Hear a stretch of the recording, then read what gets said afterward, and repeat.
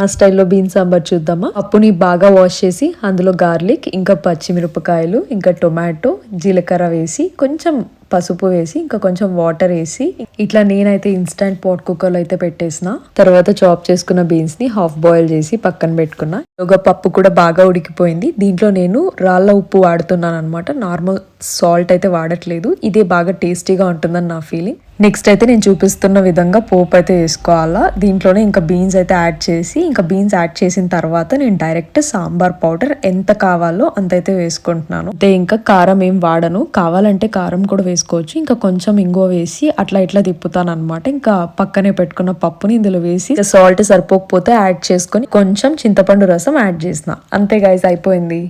ఇంకా నైట్కి అయితే వేడి వేడిగా వైట్ రైస్, దాంతోపాటు రసం అనమాట. యూజువల్గా నైట్ అన్నం తినం, కాకపోతే మాకు లైట్గా ఫీవర్ ఉండింది. ఇదైతే కొంచెం గొంతుకి బాగుంటుంది అని అయితే ప్రిపేర్ చేసుకున్నాం.